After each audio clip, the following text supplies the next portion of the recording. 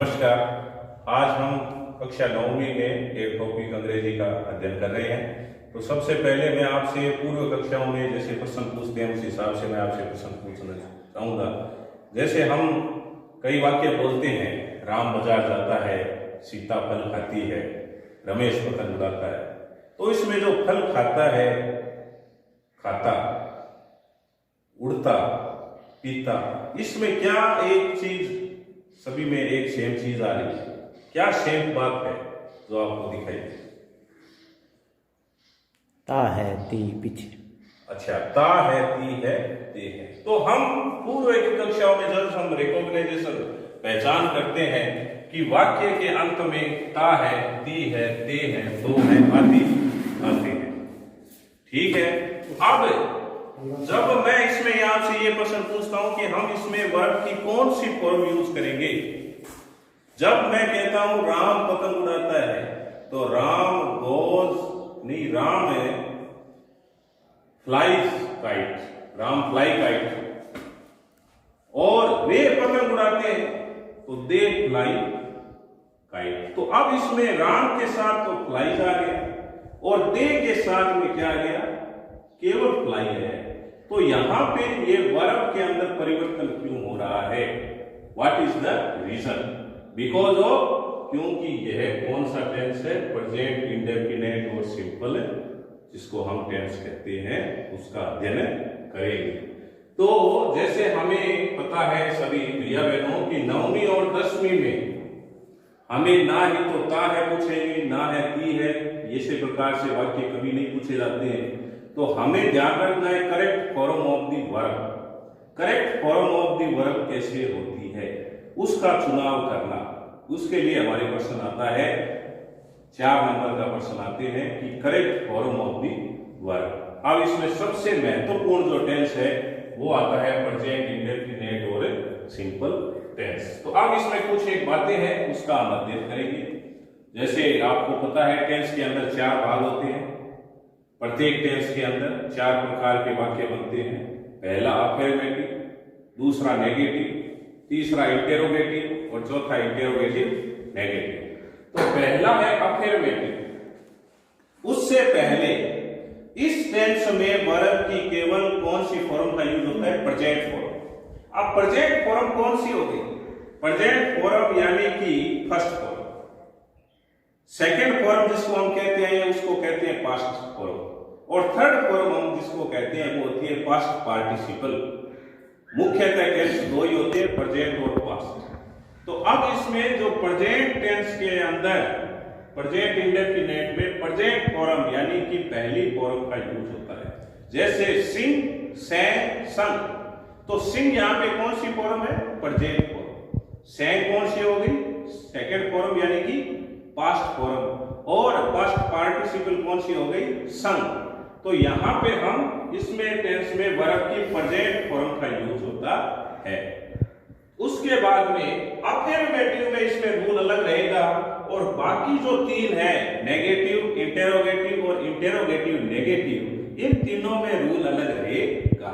जैसे affirmative sentence में singular के साथ, ध्यान रखना, अब एक यहां पे एक नई बात आई है, what is singular and plural? Singular और प्लूरल क्या है? देखिए इंग्लिश के अंदर सिंगुलर यानी कि जैसे हम हिंदी के अंदर कहते हैं एक वचन, जो हम पूर्व कक्षाओं में पढ़ते रहे हैं, और प्लूरल यानी कि बहुवचन। सिंगुलर यानी कि यहां पे जो प्रोनाउन टेबल हम पढ़ते आए हैं, तो सिंगुलर के अंदर क्या आता है? ही, सी, इट। अब ही आता है किसी मेल के लिए, पुरुष के लिए, सी आता है किसी फीमेल के लिए, महिला के लिए, और इट हम जानवरों के लिए, समय के लिए, वेदर, मौसम के लिए यूज हम करते हैं। अब ये सब आते हैं एक वचन के अंदर। और उसके बाद में प्लूरल। प्लूरल के अंदर कौन कौन से आएंगे? आई, वी, यू और दे।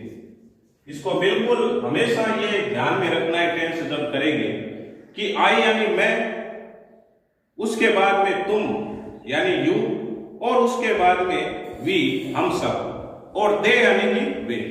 घर के अंदर कोई बात होती है तो हम क्या कहते हैं कि सबसे पहले मैं, फिर बात पता चलती है तुमको यू, और फिर बात पता चलती है किसको वी हमको, और उसके बाद में बात पता चलती है किसको दे यानी कि वे उन सबको। तो यानी कि सिंगुलर के अंदर ही सी इट का प्रयोग होगा और प्लूरल के अंदर आई वी यू दे इसका प्रयोग होगा।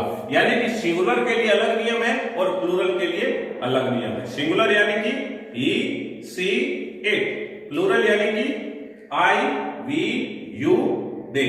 अब यहां पे बहुत ही सामान्य नियम है कि अफर्मेटिव सेंटेंस में सिंगुलर के साथ वर्ब की एस या एस वर्ब के बाद लगता है।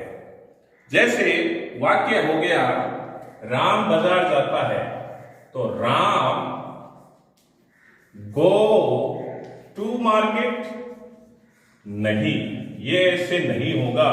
क्यों नहीं होगा? क्योंकि राम बाजार जाता है तो राम क्या है? सिंगुलर है, एनी पर्सन नेम। इसमें एनी पर्सन नेम यानी किसी का भी नाम हो वो भी किसमें आता है? सिंगुलर में आता है, एनी पर्सन नेम। तो राम यहां पे क्या है? सिंगुलर है। तो यहां पे आपने क्या किया है कि अफर्मेटिव सेंटेंस में सिंगुलर के साथ में एस या एस आता है, तो वर्ब क्या है? गो, गो के साथ में क्या आएगा? एस या एस, इसमें आएगा। अब इसका भी नियम है कि एस या एस कैसे बनता है। अब इसके लिए कौन सी बात है जिसको हमें ध्यान रखना है? जैसे हम बचपन से पढ़ते आ रहे हैं, जिन शब्दों के पीछे सी एच, एस एच, ओ, एक्स, डबल एस हो और या केवल ये शब्द हो, जिन शब्दों के पीछे, जिन वर्ब के पीछे सी एच, एस एच, ओ, एक्स, डबल एस हो, तो उनके पीछे क्या जोड़ देते हैं? ई एस जोड़ देते हैं, और बाकी के साथ में क्या कर देते हैं? बाकी के साथ एस जोड़ने पे वो अफर्मेटिव बन जाता है। अब यहां पे है नेगेटिव इंटेरोगेटिव, और इंटेरोगेटिव नेगेटिव के साथ डू या डज हेल्पिंग वर्ब का उपयोग होता है। अब डू प्लूरल के साथ आएगा और डज किसके साथ आएगा? सिंगुलर के साथ। अब डज हेल्पिंग वर्ब के साथ हमेशा क्या यूज होगा? सिंगुलर यानी कि ही, सी, इट या एनी पर्सन नेम आएगा, और डू के साथ में आई वी यू दे के साथ हमेशा डू प्लस वर्ब की फर्स्ट फॉर्म आएगी, क्योंकि यहां पे अफर्मेटिव का रूल अलग रहेगा हमेशा और नेगेटिव इंटेरोगेटिव का रूल हमेशा अलग रहेगा। तो यहां पे अब आ गया कि नेगेटिव इंटेरोगेटिव और इंटेरोगेटिव नेगेटिव के साथ डू डज हेल्पिंग वर्ब का यूज होता है सिंगुलर के साथ ही। सिंगुलर यानी he, she, it, any person name, does helping verb का प्रयोग होगा और साथ में प्रेजेंट फॉर्म आएगी, और प्लूरल के साथ में डू प्लस वर्ब की प्रेजेंट फॉर्म का यूज होगा। प्लूरल यानी कि आई, वी, यू और दे।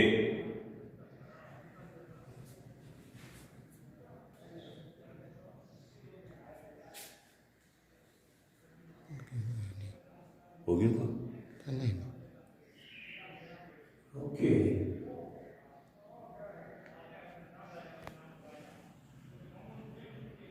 देखिए, जैसे मैंने आपको उदाहरण बताए थे कि प्रेजेंट सिंपल के अफर्मेटिव सेंटेंस में जब सिंगुलर हो सब्जेक्ट तब केवल मेन वर्ब की फर्स्ट फॉर्म के साथ एस एस आता है, और प्लूरल होने पे केवल फर्स्ट फॉर्म ही आती है। उसी प्रकार से नेगेटिव इंटेरोगेटिव और इंटेरोगेटिव सेंटेंस में डू और डज हेल्पिंग वर्ब आती है। सिंगुलर के साथ में डज प्लस मेन वर्ब की फर्स्ट फॉर्म यानी कि प्रेजेंट फॉर्म, और प्लूरल के साथ में डू यानी कि हेल्पिंग वर्ब और साथ में मेन वर्ब की फर्स्ट फॉर्म यानी प्रेजेंट फॉर्म यूज होती है। अब कुछ एग्जांपल है, कुछ एग्जांपल से हम समझेंगे। जैसे मैं बोलता हूं राम गोस टू टेंपल। अब यहां पे राम थर्ड पर्सन नेम है, तो राम सिंगुलर है, तो राम के साथ में गो के साथ में क्या आया है? ईएस जुड़ जाएगा। क्यों जुड़ गया? क्योंकि राम सिंगुलर है और यह अफर्मेटिव सेंटेंस है। अब इसमें देखिए जब हम ईएस क्यों लगाया है, ईएस इसलिए लगाया है क्योंकि ओ के बाद क्या बताया था, जिसके पीछे CH SH OX double S हो तो उसके पीछे ES हो जाता है, तो इसलिए ES यहाँ पे हो गया। अब मैंने एक एग्जांपल दिया है ही, तो ही भी सिंगुलर है तो ही गोज टू टेंपल। अब मैंने एग्जांपल लिया है, जैसे मैं बोलता हूं आई, तो आई के साथ में गो आ गया, एस या एस हट जाता है, तो आई वी यू और दे यानी ये चारों प्लूरल है तो इनके साथ में गो टू टेंपल हो गया। अब हम नेगेटिव का सेंटेंस लेते हैं। Ram does not go to temple, Ram subject है, डज हेल्पिंग वर्ब यूज हो गई 2 नंबर पे, और 3 नंबर पे नॉट हमेशा रहेगा। नॉट श्रीमान जी हमेशा 3 नंबर पे रहते हैं, तो Ram does not go to temple, full stop. अब जब मैं इसका प्लूरल करता हूं तो दे प्लूरल है तो दे के साथ में डू हेल्पिंग वर्ब आएगी, तो subject plus helping verb plus not plus verb, verb की फर्स्ट फॉर्म यूज होगी, यहाँ पे वर्ब की फर्स्ट फॉर्म आ गई टू टेंपल। अब दोनों में क्या चेंजमेंट हुई, चेंज ये हुई कि राम सिंगुलर है इसलिए डज हेल्पिंग वर्ब हो गई, और दे प्लूरल है इसलिए डू हेल्पिंग वर्ब यूज हो गई, और साथ में वर्ब की फर्स्ट फॉर्म यानी प्रेजेंट फॉर्म गो की गो आ गई। इसी प्रकार इंटेरोगेटिव है, does Ram go to temple, पीछे क्वेश्चन मार्क लग जाएगा, हेल्पिंग वर्ब कहां आ जाएगी, सबसे पहले आ जाएगी, तो डज हेल्पिंग वर्ब पहले आ गई। क्यों आ गई, डज क्यों आई, क्योंकि राम यहाँ पे क्या है, सिंगुलर है, तो सिंगुलर के साथ में डज हेल्पिंग वर्ब, तो इसका स्ट्रक्चर क्या हो जाएगा, helping verb plus subject plus verb plus object, ये वाक्य बन गया। अब इसमें जब डू आया है तो डू क्यों आया कि सब्जेक्ट क्या है, बी प्लूरल है, तो do we go to temple, तो क्या हम मंदिर जा सकते हैं, तो इसलिए यहाँ पे डू आएगा। अब इंटेरोगेटिव और नेगेटिव वैसे इतनी मान्यता नहीं होती है, सेंटेंस में 3 ही होते हैं, अफर्मेटिव, नेगेटिव और इंटेरोगेटिव, लेकिन फिर भी इसको जोड़ा हुआ है इंटेरोगेटिव नेगेटिव, तो इंटेरोगेटिव नेगेटिव में क्या हो जाएगा, हेल्पिंग वर्ब सबसे आगे plus subject plus not plus verb plus object, तो does Ram not go to temple, do I not go to temple. यहां पे डज आया है क्योंकि राम सिंगुलर है, यहां पे डू आया है क्योंकि आई यहां पे क्या है, प्लूरल है, इसलिए। अब कुछ महत्वपूर्ण बातें जो अपने क्या आती है 9वीं कक्षा के लिए और 10वीं कक्षा के लिए, हमें एडवर्बल्स पता होने चाहिए।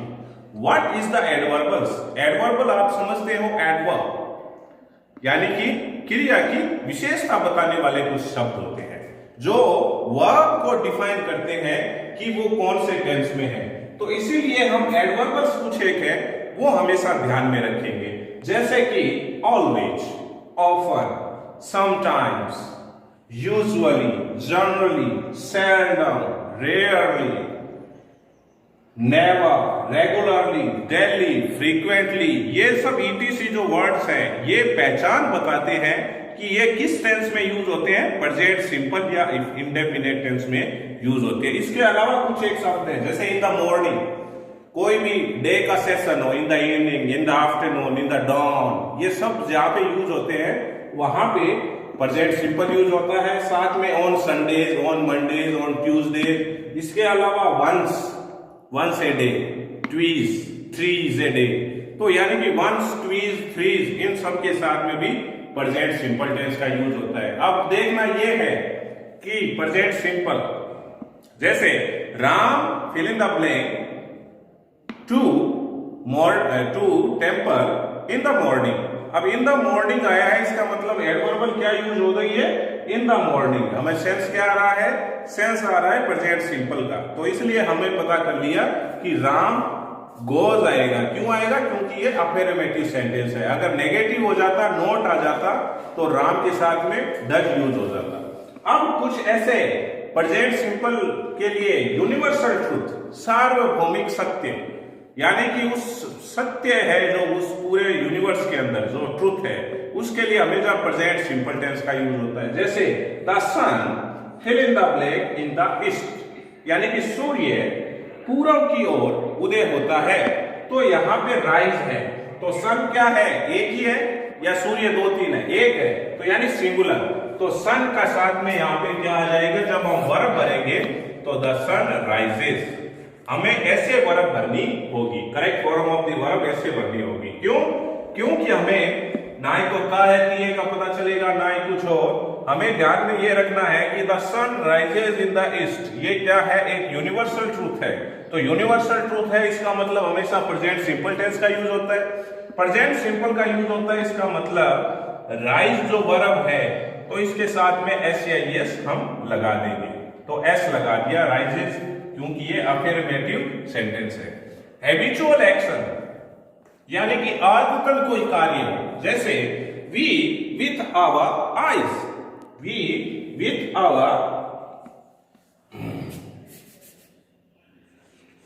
ईयर्स, सॉरी आईज लिख दिया, ईयर्स, हम अपनी कानों से सुनते हैं। तो ये हमारी आदतन है, हैबिचुअल, ये कानों से ही सुनते हैं। तो यहां पे हमेशा प्रेजेंट सिंपल टेंस का यूज होगा। तो वी यहाँ पे क्या है, प्लूरल है, और वर्ब क्या है, ईयर। तो वी प्लूरल हो गया, तो प्लूरल के साथ में ये अफर्मेटिव सेंटेंस है, तो हियर का क्या आ गया, हियर ही आ गया। अब आगे है एक्सप्रेस हैबिट, आदत को दर्शाना, आदत को दर्शाना। जैसे ही ऑफन, वैसे ही हमें पता है ऑफन जो वर्ड आ गया, ऑफन जो एडवर्बल वर्ड है वो हमेशा प्रेजेंट सिंपल को शो करता है, इसलिए he often fill in the blank late, वह प्राय लेट हो जाता है, देरी कर देता है। तो यानी कि ऑफन आ गया, ही आ गया, तो ही सिंगुलर है, और यहाँ पे वर्ब क्या है, कम, तो कम का यहाँ पे प्रेजेंट फॉर्म क्या आ जाएगा, कम का कम आ जाएगा। अब एक और है, जैसे to express an historical event in present sense, कोई भी ऐतिहासिक इवेंट, घटना हुई हो और उसको हमें वर्तमान संदर्भ में दिखाना है, तो वहां पर भी प्रेजेंट सिंपल टेंस का यूज होता है। जैसे now the battle, now the battle of Panipat, ठीक है। अब यहां पे वर्ब है बिगिन, ठीक है। तो यहां पे जो पानीपत का जो युद्ध हुआ था वो कब हुआ था, पहले हुआ था, हिस्टोरिकल यानी हिस्ट्री की बात है। लेकिन यहां पे पूछा है now the battle of Panipat, यानी कि अब पानीपत का युद्ध शुरू करते हैं, यानी कि पानीपत के बारे में हम पढ़ते हैं। तो यहाँ पे बिगेन, बैटल ऑफ पानीपत एक ही है, तो यहाँ पे क्या आ जाएगा, बिगेन का क्या हो जाएगा, BEGINS, बिगेन्स। तो इस प्रकार से हम प्रेजेंट सिंपल टेंस को बहुत आसान तरीके से सरल भाषा में कर सकते हैं। धन्यवाद।